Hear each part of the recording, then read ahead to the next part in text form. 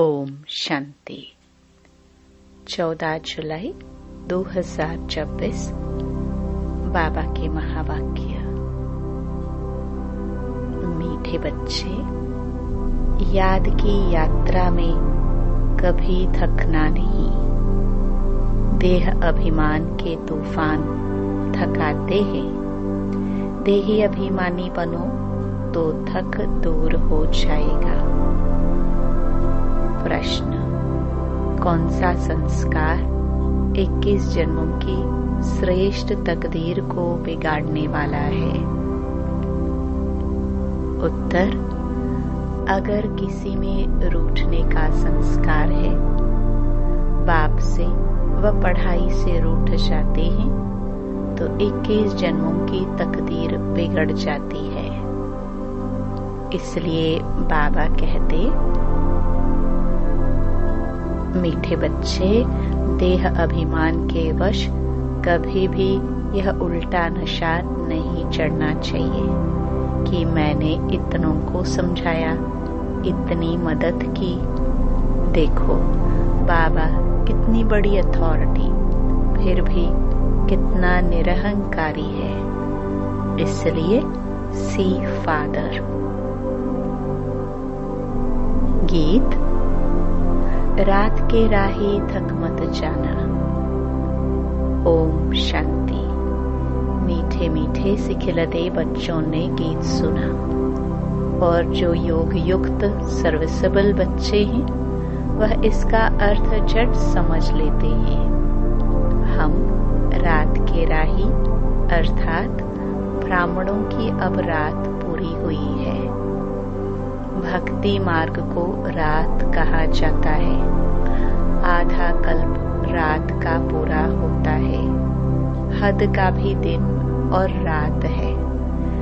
यह फिर ब्राह्मणों का आधा कल्प दिन और आधा कल्प रात होती है।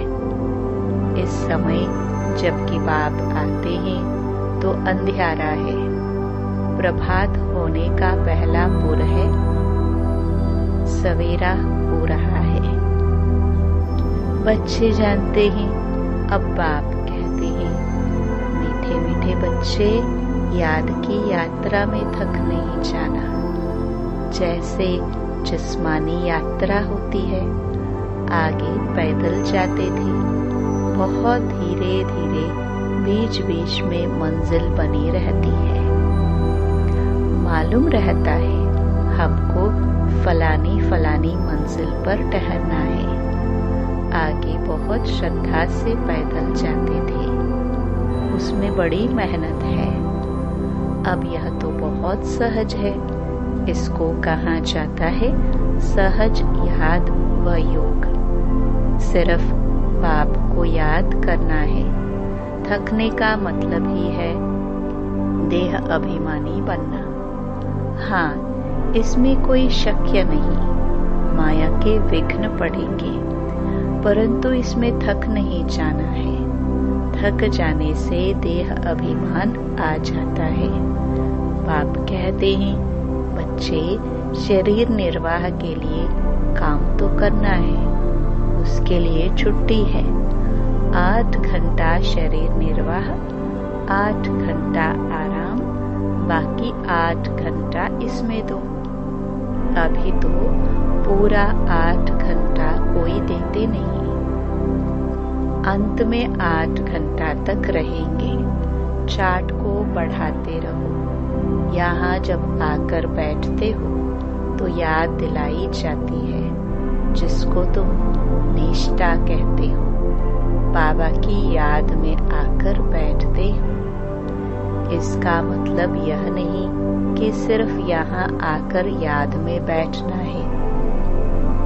ऐसे बहुत है, समझते हैं 5-10 मिनट योग करके उठे, परंतु बाप तो कहते हैं धंधा धोरी कर दे।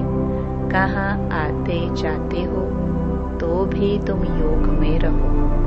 कहाँ गंगा स्नान आदि करने जाते हैं तो राम राम जपते हैं ना। यहाँ तुमको कुछ सिमरना नहीं है, सिर्फ बाप को याद करना है। यह बाप बच्चों से ही बात कर रहे हैं। तुम्हारा कल्याण ही है याद की यात्रा में। इसमें थकना नहीं है। इसमें तूफान बहुत आएंगे।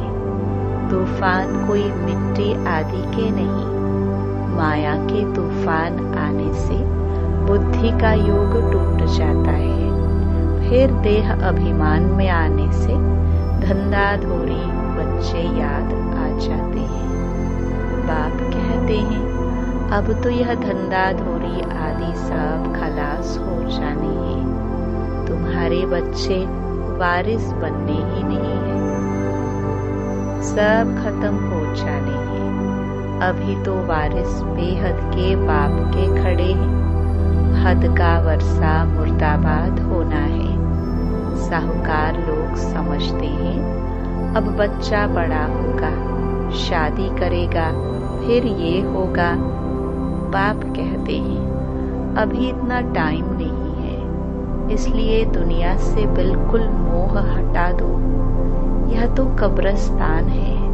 धंधाधोरी बच्चों आदि के चिंतन में मरेंगे तो मुफ्त अपनी बर्बादी कर देंगे। शिव बाबा को याद करेंगे तो आबादी बहुत होगी। देह अभिमान में आने से बर्बादी होती है। देही अभिमानी बनने में आबादी होती है। जितना याद करेंगे उतना भविष्य 21 जन्म वर्षा पाएंगे। याद नहीं करेंगे तो बहुत घाटा पड़ जाएगा। वह फिर कल्प कल्पांतर के लिए हो जाएगा। इतनी बड़ी घाटे की बात है, ख्याल करना चाहिए हम पूरा वर्षा कैसे पाए। धन की भी बहुत लालच नहीं रखनी चाहिए। टू मच में नहीं जाना चाहिए। कोई देवाला मारते हैं तो बहुत फिक्रात हो जाती है।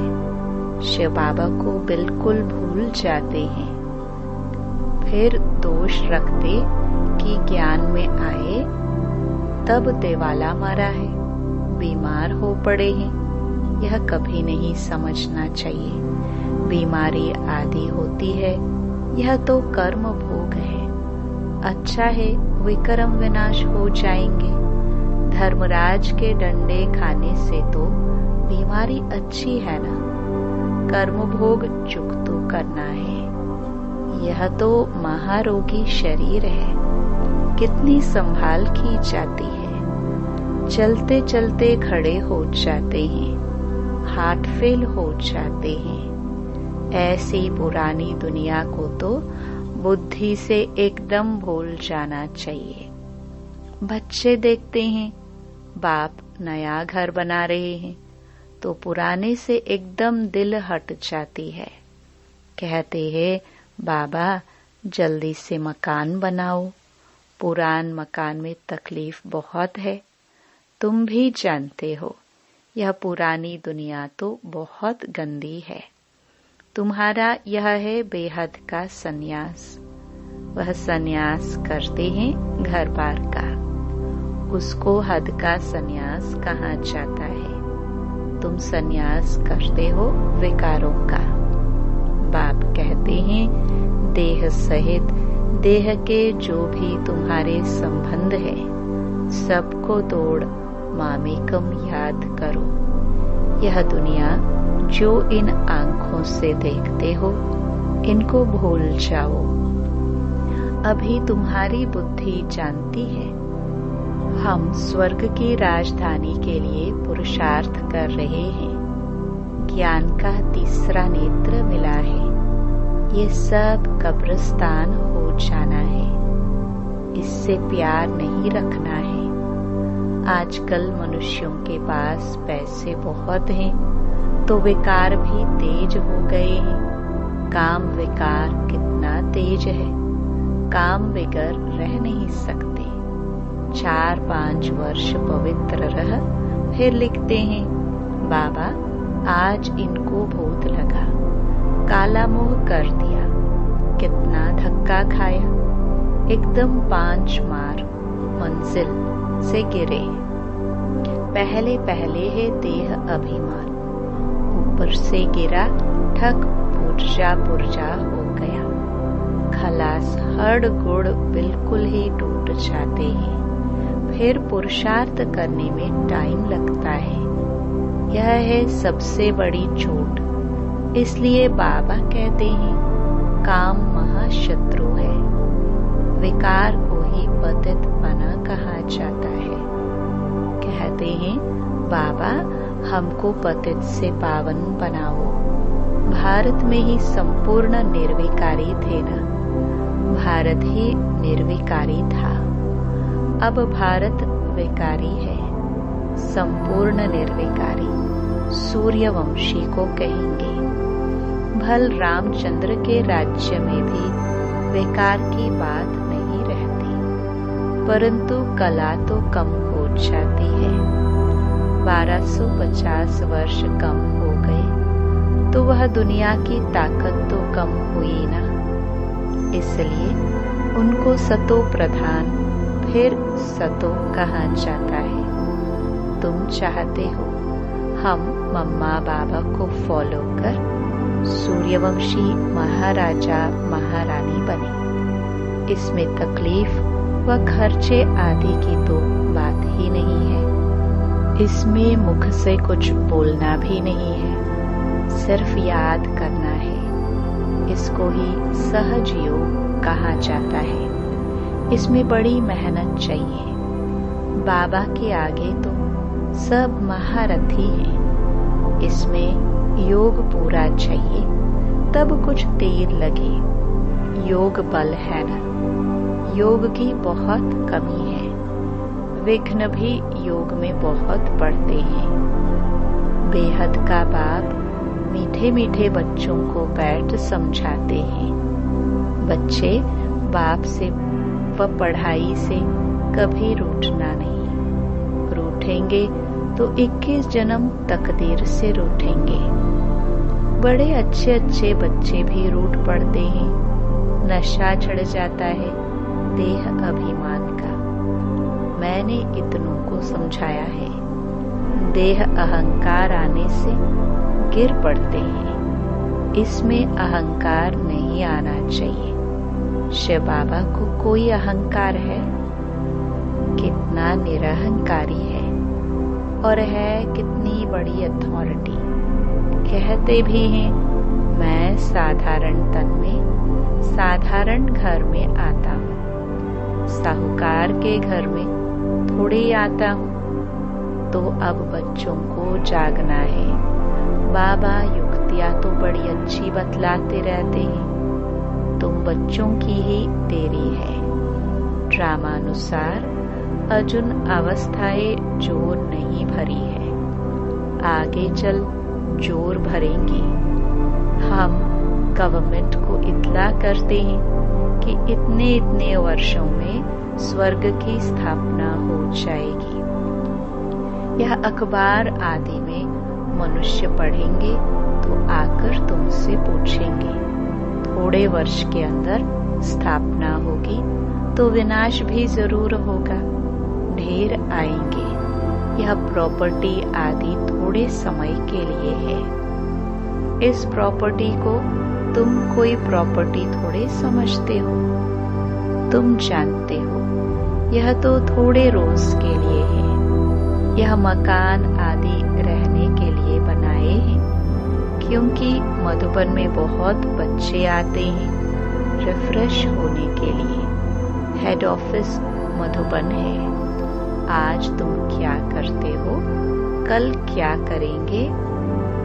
यहाँ तपस्या करते हो, फिर दिल्ली वृंदावन आदि में जाकर राज्य करेंगे।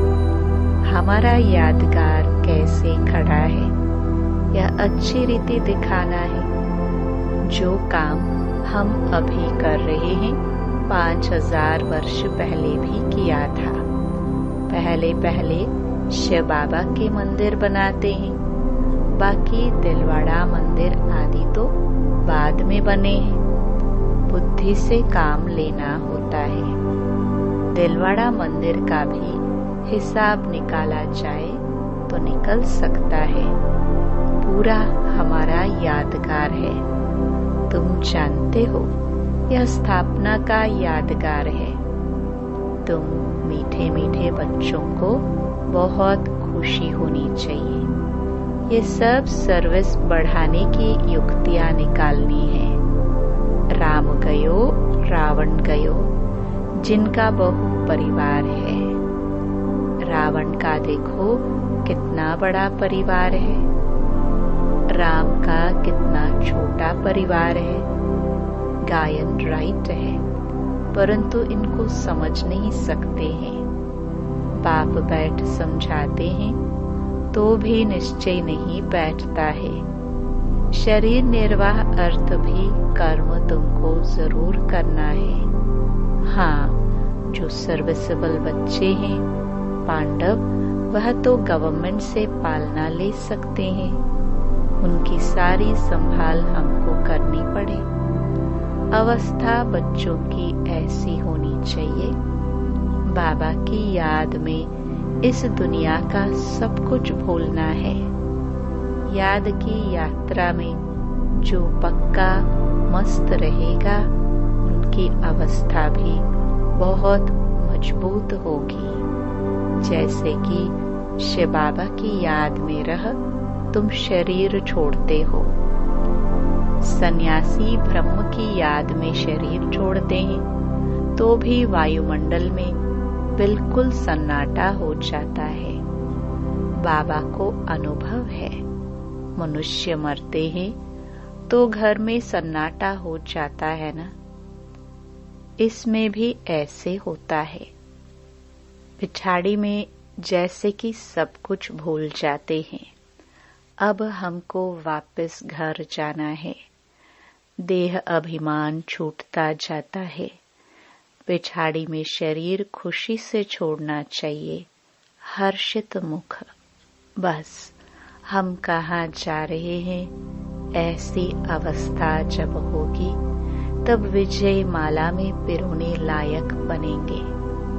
तुम्हारे में शांति की करंट है।